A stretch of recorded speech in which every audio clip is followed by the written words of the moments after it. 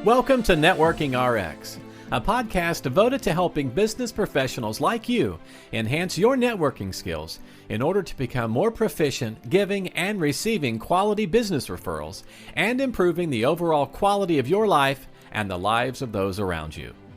The Networking RX podcast is a production of AmSpirit Business Connections, an organization whose mission is to empower business success through networking. I remember when I was a kid, just when I was younger, 5, 6, 7, 8, probably my whole life, my dad would ask me something, and I'd give an answer, and he said, "You're lying. I can tell you're lying." No, I'm not. I'm not lying. I can tell you're lying.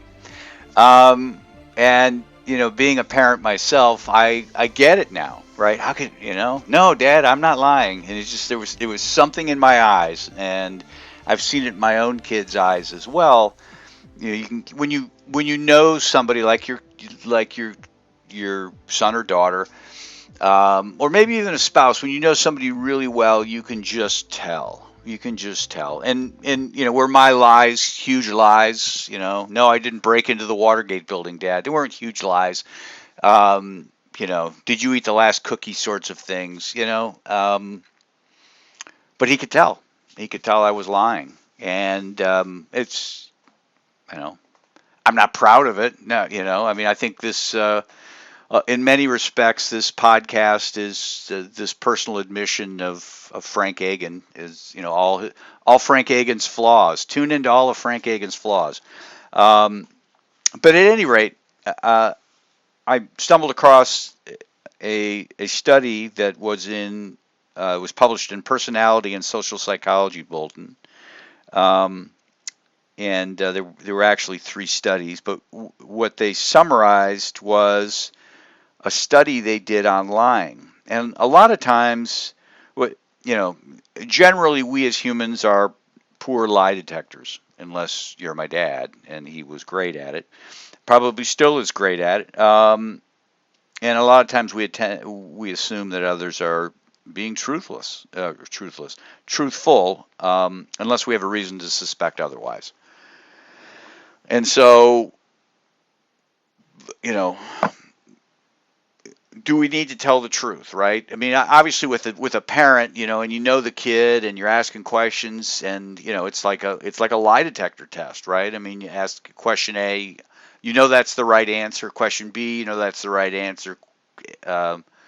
Question C, all of a sudden you're getting an answer, you're getting a whole different response.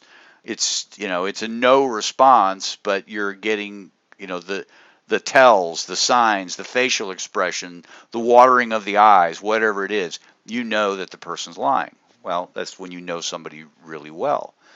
What about when you don't know people well? And so what they did was they had participants watch video of male and female subjects answering questions. And some were instructed to lie, and others were told to tell the truth. And the participants who watched the video were not told that some of the people were being dishonest. They just wanted people to watch the video. That's all. They didn't tell them, and they do this a lot in studies. They don't tell them what the study is about because they don't want to tip people off. They don't want to say, well, this is a study to see if you can catch somebody in a lie. They just want you to watch video, and then they rated their attraction to each subject, as well as perceived warmth and openness. And those are the things that people were instructed to do. So the people aren't looking for people who are lying, but what they found is that, and this was consistent, that the people who told the truth were rated as being more attractive, being more open, being more genuine, if you will. And so it appears that the research shows that we're instinctively drawn to people who tell the truth.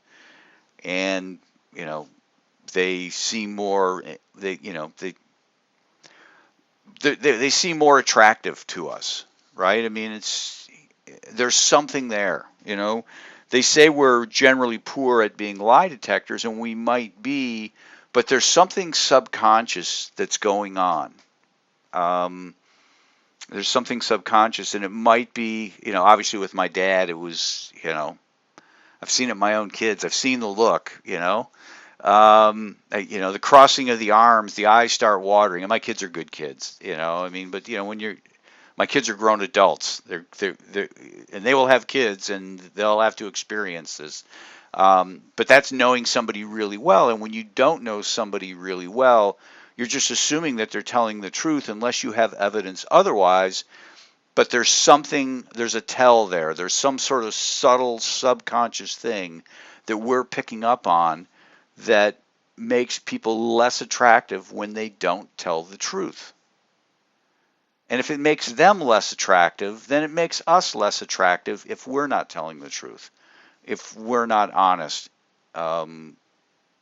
in things that matter. I mean, obviously, hey, honey, do these jeans make my butt look big? I mean, okay, there are the acceptable little white lies in life, and sometimes the truth does not need to be spoken, but in situations, where it really matters.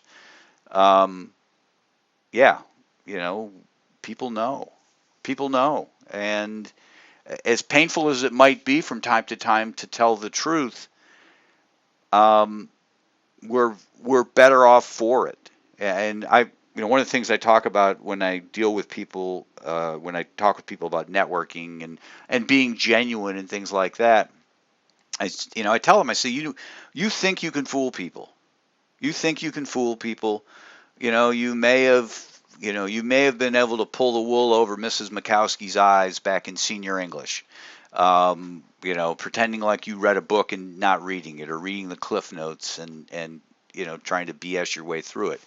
You may have done that, or she may have just been like, yeah, you know what, I know he's full of it, and there's no utility in challenging somebody on this, so I'm not going to.